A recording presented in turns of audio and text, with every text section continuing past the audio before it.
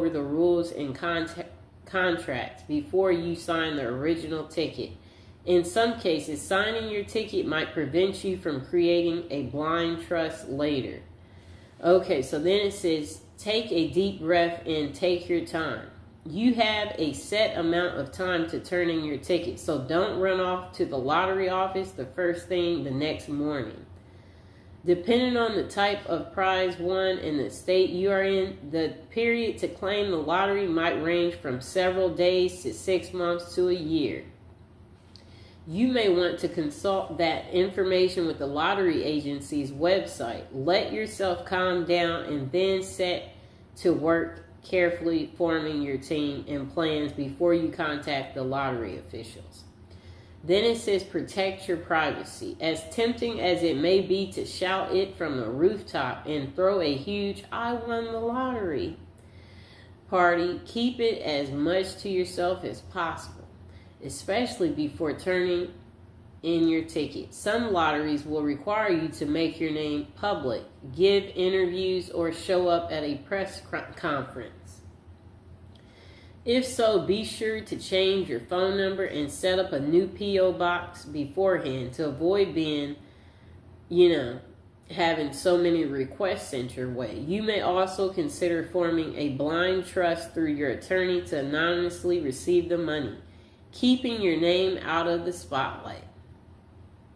Next thing, put together a team. You're going to need a lawyer, accountant, a financial advisor who have experience with large financial windfalls. Finding them should be one of your first steps before you claim your money.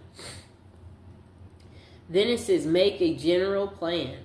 Before you start forming specific financial plans with your advisor, step back and think big picture about what you want from this money. Write down your personal, financial, lifestyle, family, and charity goals and return to that plan later to help keep things on the right track for long run. Next thing is lump sum or annuities. One of the first decisions you and your team will have to make is whether to take your winnings in one lump sum, usually around 60% of the total value, or have it paid out to you annually over a period of time. Long-term investments take a financial wisdom and restraint, but with careful planning, you may be able to grow your lump sum winnings larger than the future annuity payments would have been, however. If you need some structural help to keep from overspending too quickly, an annual payout is solid, responsible way to make sure you'll continue to have income through most of your adult life. Then they said plan for beyond. Sadly, winning the lottery is unlikely to also make you immortal. Work with your team right away to sort out your estate planning, including your will, so your family is taken care of if something happens to you. Then they said once you have your money, bank it.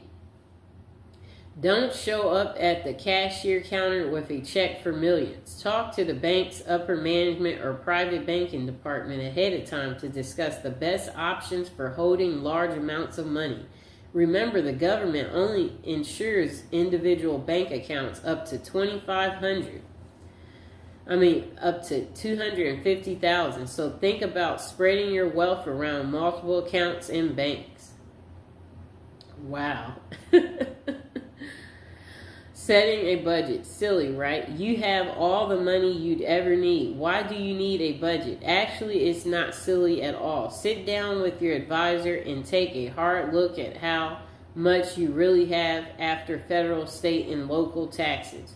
What new annual expenses you'll have for things like property taxes and upkeep and paying your financial team, and how much you want to give to charity. Think about future higher education expenses for your family and how much you'll need in your golden years. Then set strict monthly and annual budgets for what's left over and stick to them. Form a charity and giving plan. As soon as people find out you've hit it big, you're going to have to deal with a lot of financial requests from charities, family, friends. Talk to your team about gifting taxation structures, and how much you can give each year while still maintaining the lifestyle you desire. You may also consider forming an official charity foundation. Maintaining your perspective and sense of self. Don't quit your day job. Certainly not until you have your lottery money in hand, but even then, consider sticking with some sort of part-time work or at least a passionate hobby.